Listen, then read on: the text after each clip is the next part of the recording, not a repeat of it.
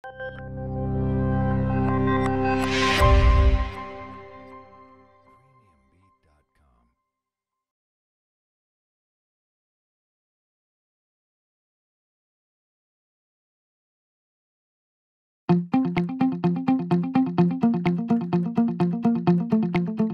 homme libre, un multi-entrepreneur, un visionnaire et probablement l'un des meilleurs connaisseurs du monde digital aujourd'hui en France. J'ai discuté avec le patron du Bureau of Labor et Statistics américain, c'est l'équivalent de l'INSEE américain. Il m'a dit la plus grande tendance que l'on observe, c'est la déformalisation de l'économie.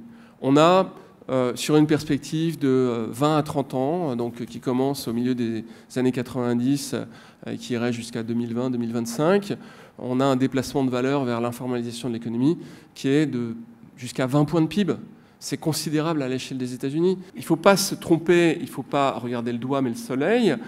On est au sein d'une révolution industrielle d'une ampleur incomparable, je pense. On va vivre des chocs qui vont remettre tout ça en question. Eh bien, ce seront les audacieux, ce seront ceux qui accepteront de tenir le cap malgré tout pendant cette période difficile et qui seront les barons, les champions de demain.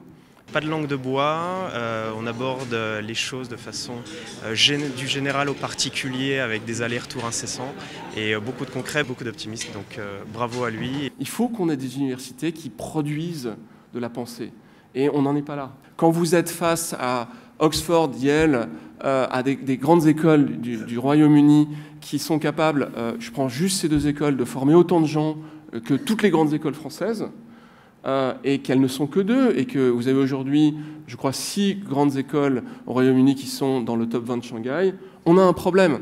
Donc la réforme de l'enseignement supérieur, c'est la réforme de l'université, c'est faire en sorte qu'il y ait de l'autonomie, une vraie autonomie, qu'il y ait la capacité de fixer soi-même ses tarifs, qu'il y ait des boards qui ne soient pas structurellement décidés par l'État. Je me pose même la question de savoir pourquoi est-ce qu'on ne ferait pas comme les anglo-saxons qui n'ont pas de ministère de l'enseignement supérieur. Ce que j'ai trouvé intéressant, c'est l'optimisme qu'il a à la fois sur le rôle que peut jouer le politique et sur le rôle que peut jouer l'Europe. Et ça, on ne l'entend pas souvent. C'est-à-dire aujourd'hui, l'Europe est un vrai immense marché potentiel du digital et il faut s'en servir beaucoup plus. La raison du dysfonctionnement de l'Europe, c'est quoi ?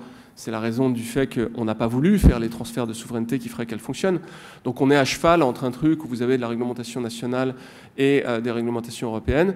Et puis on dit à la Commission, on dit aux institutions européennes, écoutez, faites de la bureaucratie, mais ne faites pas de la politique, parce que la politique, c'est l'enjeu des États souverains. On a plus que jamais besoin d'intégration européenne, parce que je peux vous dire qu'une des raisons qui freinent les startups, qui les empêchent de se développer, c'est très clairement d'avoir des limitations de taille de marché qui sont leur marché primaire, et qu'on a quand même un marché qui est un marché extrêmement mature, avec des niveaux de capital humain qui sont absolument incroyables, des infrastructures qui sont extraordinaires, et on n'en profite pas. Ça nous recadre sur ce qui doit être prioritaire dans ce qu'on fait, donc j'ai trouvé ça très utile. On est en train de changer la nature même de l'humanité, qui va faire qu'on va se reposer sur les machines. Si je vous retire votre smartphone, vous êtes complètement paumés, tous. Si on fait un scanner sur un adolescent aujourd'hui, l'organisation de son cerveau n'est pas la même que la vôtre. Pourquoi ? Parce que lui, il a déjà compris que la mémoire, ça ne servait plus à rien. Et il a compris que ce qui est important, c'est les zones du cerveau qui sont multitâches, qui sont capables de faire plusieurs choses en même temps. Bravo. Merci beaucoup, Gilles. Bon, merci, Gilles. C'était passionnant.